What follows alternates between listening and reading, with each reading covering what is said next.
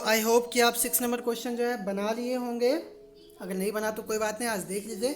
तो curve surface area यहाँ पर दिया हुआ है हम लोग को 4.4 मीटर स्क्वायर और रेडियस भी दिया हुआ है 0.7 मीटर। पता करना है इसका हाइट। ठीक है, आइए कैसे बनाएंगे देखिए ध्यान से।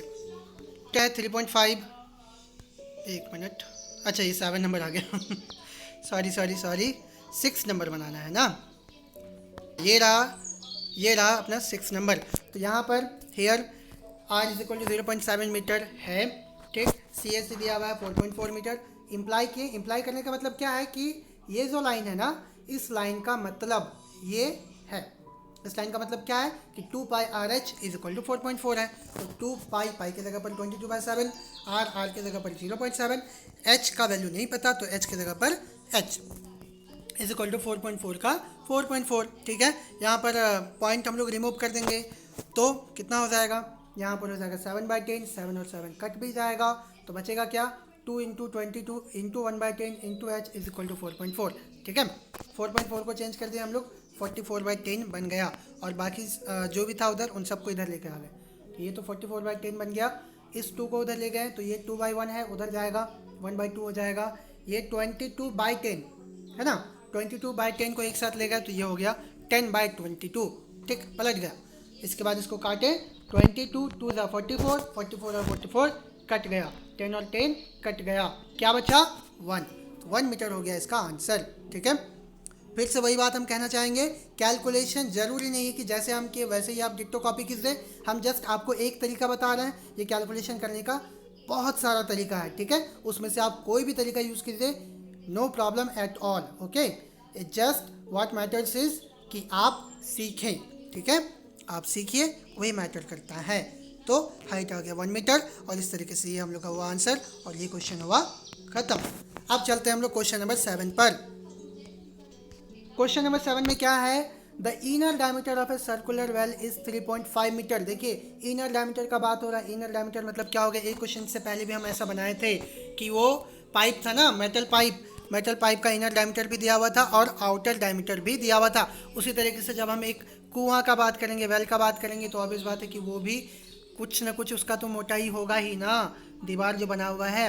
ठीक है, इस तरीके से तो उसका एक इनर डायमीटर होगा और एक आउटर डायमीटर भी होगा। ठीक है, तो इस तरीके से जो है उसका कुछ फिगर बनने वाला है। ठीक है, ओके। तो इनर डायमीटर मतलब क्या हो गया, इनर डायमीटर का मतलब हो गया कि अंदर का डायमीटर, यानी कि ये वाला डायमीटर, यहाँ से यहाँ तक का डिस्टेंस कितना है दिया हुआ, 3.5 मीटर। और गहराई दिया हुआ है, गहराई जो है वो दिया हुआ है 10 मीटर। कितना है दिया हुआ, 10 मीटर। ठीक, तो आपको पता ये करना है कि इनर कर्व सरफेस एरिया क्या है, यानी कि इनर सी एस ए। तो इनर सी एस ए का फॉर्मूला क्या होगा, 2πRH रखेंगे। आर का वैल्यू आपको पता है, डायमीटर आपको पता है, तो डायमीटर से आप आर निकाल लेंगे और आर निकालने के बाद आप जो है आर का वैल्यू रखिए। और एच का वैल्यू आपको पता है, डीपनेस यानी कि वही हाइट यानी कि लंबाई यानी कि 10 मीटर। तो आपको एच भी पता है, 10 मीटर रख देंगे और 2πRH के थ्रू जो है curve surface area, inner curve surface area निकाल लेंगे। Okay, inner curve surface area मतलब अंदर वाला कर्व सरफेस एरिया। ठीक है, इतना। ओके, नेक्स्ट है cost of plastering this curve surface at the rate of ₹40 पर मीटर स्क्वायर। अब कॉस्ट पता करना है, उसको प्लास्टरिंग करवाना है, प्लास्टर लगवाना है इनर सरफेस पर, तो उसका जो रेट है वो 40 रुपीज़ पर मीटर स्क्वायर है। उसका दाम कितना पड़ेगा टोटल ये पता करना है। आपको एरिया पता है, 40 से मल्टीप्लाई कर देंगे आंसर आ जाएगा सीधा सीधा। ठीक है, देखिए इनर बार बार बोला है, लग रहा था कि भाई आउटर सरफेस आउटर डायमीटर आएगा, आउटर सरफेस एरिया आएगा, कुछ आएगा, वैसा कुछ नहीं आया। वो इनर सिर्फ आपको थोड़ा सा जो है डिस्ट्रैक्ट करने के लिए दिया है, डराने के लिए दिया है। ठीक है, तो उसे डरने का ज़रूरत नहीं है, सिंपल जो है यहाँ पर काम करना है। यहाँ पे आर निकाल लेंगे, यहाँ से एच पता चल गया, सी से पता कर लेंगे और फिर कॉस्ट पता कर लेंगे। कॉस्ट इज इक्वल टू क्या होगा, एरिया इंटू रेट। एरिया आपके पास सी से पता है ही, वो रखेंगे। रेट आपको 40 पता है, 40 रखेंगे, मल्टीप्लाई करेंगे, आंसर आ जाएगा। ओके, तो आप वीडियो को यहाँ पे पॉज कीजिए और बनाइए एक बार खुद से। जब तक आप खुद कुछ करेंगे नहीं तब तक आपको कुछ मिलेगा नहीं, कुछ सीखेंगे नहीं। ये बात याद रखिए हमेशा, दुनिया में कोई भी शॉर्टकट नाम का चीज़ नहीं होता है, मेहनत करना ही पड़ेगा। ओके, ठीक है, वीडियो को पॉज करके प्लीज़ बनाइए एक बार, उसके बाद जो आप सॉल्यूशन देखिए। ओके, तो 7 नंबर का सॉल्यूशन आपको हम बता रहे हैं। डायमीटर यहाँ पे 3.5 मीटर दिया हुआ है, रेडियस पता कर लेंगे तो d/2 यानी कि डायमीटर बाई 2 यानी कि 3.5/2। चाहे तो यहाँ पे आप कटकुट भी कर सकते हैं। मीन्स कटकुट कैसे, पॉइंट को हटा देंगे, पॉइंट को हटाएंगे, यहाँ 0 आएगा, 5 से ये कटेगा, 5 7 जा 45 और ये 4 से कट जाएगा, 4 5 जा 20, तो हो जाएगा 7/4 मीटर रेडियस। कोई प्रॉब्लम नहीं है, हम नहीं काटे, आप चाहे तो काट भी सकते हैं, काट करके फिर आगे बना सकते हैं। ओके, तो रेडियस हो गया मेरे पास 3.5/2, एच दिया हुआ है 10 मीटर। सी ए से पता कर लेंगे, सी ए से का फॉर्मूला क्या होता है 2πRh। 2π की जगह पर 22/7 रख दिए, आर की जगह पर 3.5/2 रखें और एच की जगह पर 10 रखें। उसके बाद उसको पॉइंट को रिमूव किए तो नीचे एक 0 आ गया यानी कि 35/2 हो गया। बाकी सब सेम उतारे, देखिए 2 का 2, 22/7, 10 का 10। इसके बाद जो है यहाँ पर कट कुट किए हैं, 7 5 जा 35, उसके बाद 10 2 जा 20, 2 और 2 ये कैंसिल हो गया, तो क्या बचा 22 इंटू 5। 22 इंटू 5 कितना आएगा 110 आएगा। तो जो सी ए से है वो हो जाएगा हम लोग का 110 मीटर स्क्वायर। ओके, ये हो गया पहला नंबर का आंसर।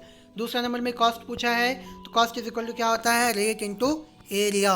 देखिए एक लाइन में हम जो है सॉल्व कर दे, आप चाहें तो ये सब सारा ऊपर जो कैलकुलेशन के ये भी एक लाइन में कर सकते हैं। जस्ट कि आप कैलकुलेशन कितना लंबा खींच रहे हैं, कैलकुलेशन कितना फास्ट करें, इस बात पर डिपेंड करता है। ठीक, वो तो हम समझाने के लिए इतना किया है, नहीं तो हम भी नॉर्मली जो है एक ही बार में लिखते हैं, कट कुट करके आंसर आप भी कर सकते हो, कोई प्रॉब्लम नहीं है उसमें। ठीक है, चलिए तो आप इसका जो है कॉस्ट पता कर लेंगे। कॉस्ट इज इक्वल टू होता है रेट इंटू ए, एरिया, रेट हो गया 40, एरिया हो गया 110, दोनों को मल्टीप्लाई किए 4400 रुपीज़, ये हो गया आंसर। ठीक है, आप अगर बनाए हैं बहुत अच्छा, और अगर सेम आया तो और भी बहुत अच्छा, वेरी गुड। चलिए अब क्वेश्चन नंबर 8 आपको समझाते हैं। हाँ जी, तो क्वेश्चन नंबर 8 में क्या दिया हुआ है, in a hot water heating system. Water heating system है, वाटर हीटिंग सिस्टम का मतलब क्या हो गया कि एक जो है ऐसा हीटर है, ठीक है, वाटर हीटर है। तो वाटर हीटर सिलेंड्रिकल ही होता है, ठीक है। तो वो जो सिलेंड्रिकल पाइप है उसका लेंथ है 28 मीटर और डायमीटर है 5 सेंटीमीटर। तो आपको ये पता करना है कि टोटल रेडिएटिंग सरफेस कितना है।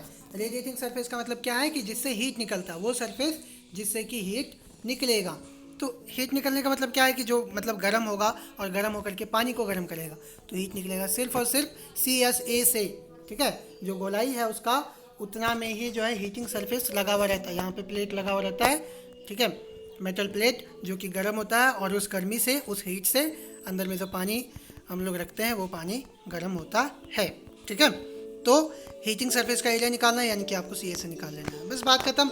तो CA से निकालने के लिए क्या क्या चाहिए आपको, R और H चाहिए ना। डायमीटर आपको दिया हुआ है 28 मीटर, आप यहाँ से R पता कर लीजिए। H आपको दिया हुआ है 5 सेंटीमीटर, सॉरी उल्टा बता दिए।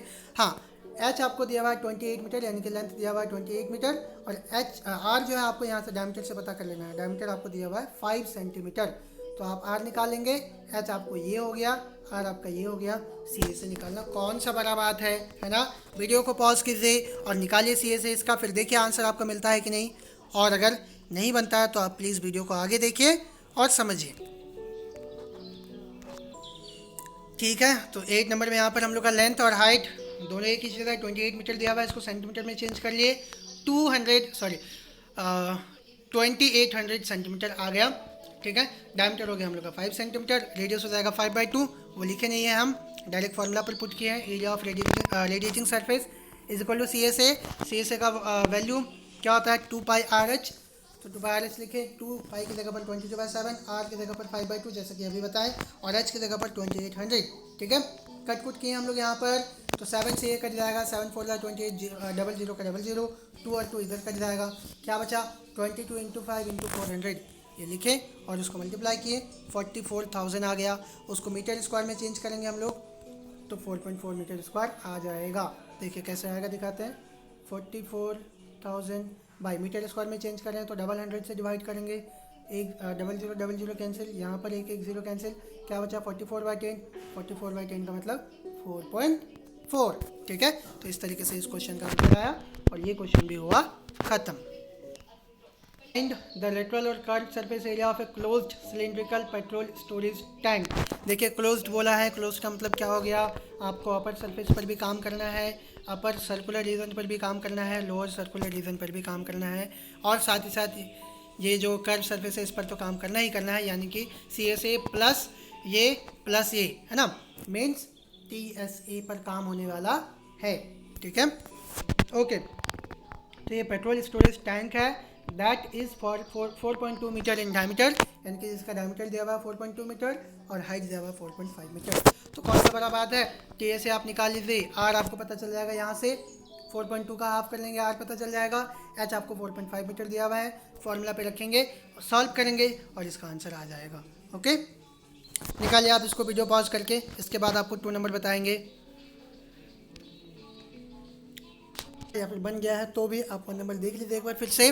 तो डायमीटर आपके पास दिया हुआ है 4.2 मीटर, उसका रेडियस पता कर लें, डी बाई टू मतलब 4.2/2, तो आ जाएगा ये 2 1 जा 2 to the 4 2 1 जा 2 यानी कि 2.1।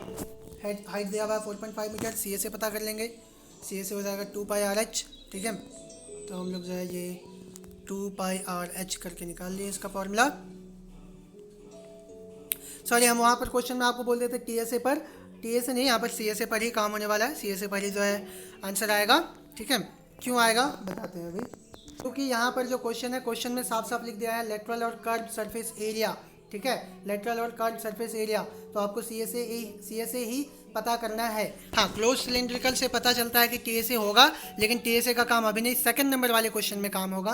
पहला नंबर वाले क्वेश्चन में साफ साफ लिख दिया है कि आप TSA पता कीजिए। ओके, तो आप TSA ही निकाल, सॉरी कि आप CSA पता कीजिए, साफ साफ यहाँ पर लिख दिया है, तो आप यहाँ पर CSA ही निकालेंगे, इसलिए हम भी जो है सॉल्व किए हैं, तो सॉल्विंग में CSA निकाले हैं। ठीक है, तो 2πRh, 2π की जगह पर 22/7, R की जगह पर 2.1 और H की जगह पर 4.5। ठीक है, पॉइंट को चेंज किया, यहाँ 21/10 हो गया, यहाँ 45/10 हो गया, कट कुट किए। अब कट कुट ये वाला आप खुद से कीजिए, कितना हम बताएंगे जी, तो कट कुट करके आपका 594/10 आ गया, ये आंसर आ गया 59.4 मीटर स्क्वायर। ओके, तो ये हो गया 1 नंबर सॉल्व। अब चलते हैं क्वेश्चन नंबर 2 पर, यानी कि 9 का जो 2 नंबर है वो क्वेश्चन पर चलते हैं हम लोग।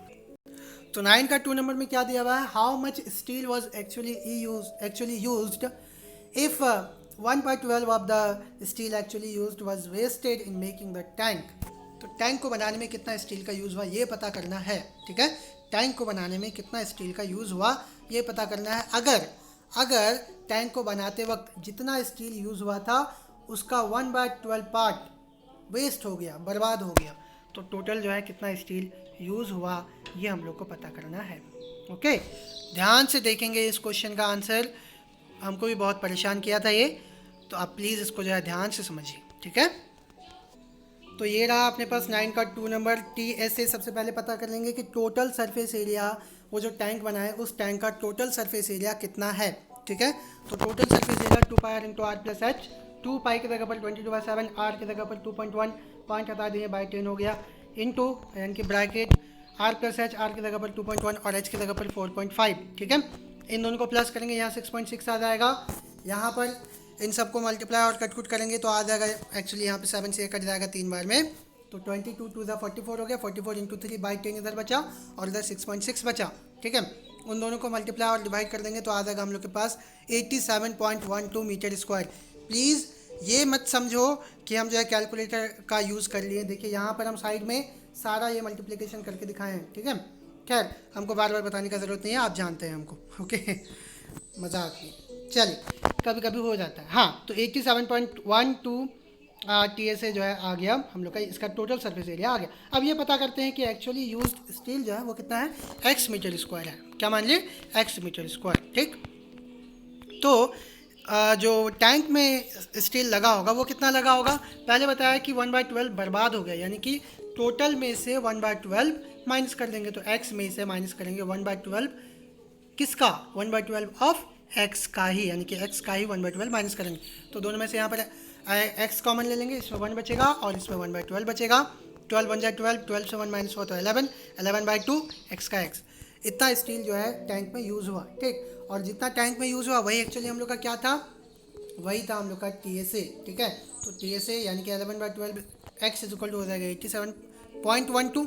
ठीक है, 87.12, तो x इज इक्वल टू निकालेंगे, ये 11/12 उधर जाएगा तो 12/11 हो जाएगा, इसको कैलकुलेट करेंगे तो आपके पास आ जाएगा 95.404 मीटर स्क्वायर। तो एक्स क्या था हम लोग का, एक्चुअली यूज्ड स्टील, तो जो स्टील यूज़ हुआ उसमें वो हुआ 95.04 मीटर स्क्वायर। ठीक है, इस तरीके से ये क्वेश्चन हुआ ख़त्म। ठीक, अब आप कहेंगे कि सर इसका तो टोटल सरफेस एरिया 87.12 है, तो 95.04 मीटर स्क्वायर स्टील कहाँ से यूज़ हो गया, कैसे यूज़ हो गया? मतलब जितना एरिया नहीं है उससे ज़्यादा कैसे यूज़ हो गया स्टील सर? तो इसका जवाब यह है कि क्वेश्चन में साफ साफ बोला था कि 1/12 जितना उसका एरिया है ना, जितना उसका एरिया है उसका 1/12 पार्ट जो है बर्बाद हो गया। ठीक है, बर्बाद होने का मतलब ये तो नहीं ना कि उसका दाम नहीं पड़ा होगा, वही तो हम लोग को पता करना था कि एक्चुअल में कितना यूज़ हुआ। इसीलिए हम लोग जो है जो 1/12 बर्बाद हुआ था उसी पर इसको जो है कैलकुलेट करके उसके हिसाब से प्रोसेस करके टोटल पता किए, इसलिए यहाँ पर जो है वैल्यू ज़्यादा आया कि 95.04 मीटर स्क्वायर स्टील एक्चुअली वहाँ पे दुकानदार को दिया गया, उसमें से वो जो है 87.12 यूज़ किया। ठीक है, चलिए, तो ये क्वेश्चन हुआ ख़त्म 9.9 का 2 नंबर। आई होप कि आपको समझ में आ गया होगा, नहीं आया तो प्लीज़ एक बार फिर से जो है रिवाइंड करके इसको देखिए। ठीक है, और फिर खुद से बनाने का कोशिश कीजिए।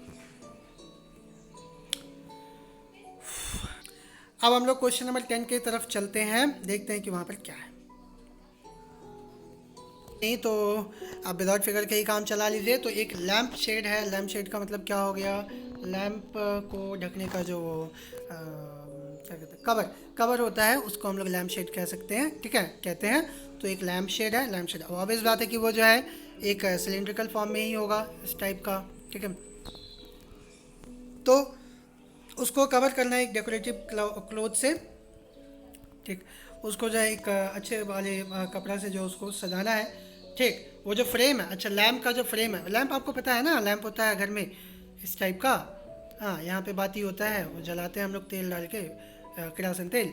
तो उसका बात हो रहा है। तो जो लैंप शेड है उसको हम लोग कपड़ा से जो है अच्छे वाले कपड़े से मतलब डेकोरेट करना चाह रहे, सजाना चाह रहे हैं। तो जो फ्रेम है उसका डायमीटर है 20 सेंटीमीटर और हाइट है 30 सेंटीमीटर। मार्जिन छोड़ना है ऊपर और नीचे 2.5 सेंटीमीटर का मार्जिन छोड़ना है हम लोग को, मतलब 2.5 सेंटीमीटर ऊपर में कपड़ा छोड़ना है और नीचे में कपड़ा छोड़ना है ताकि उसको फोल्ड कर सकें। ठीक, तो टोटल कितना कपड़ा इसमें लगेगा लैम्प शेड को कवर करने के लिए वो हम लोग को पता करना है। ठीक है, तो इस क्वेश्चन में विदाउट हिंट आपको हम ये क्वेश्चन दे रहे हैं आज के लिए होमवर्क। आप प्लीज़ एक बार इसको ट्राई कीजिए और मिलते हैं आपसे अगले क्लास में। Thank you.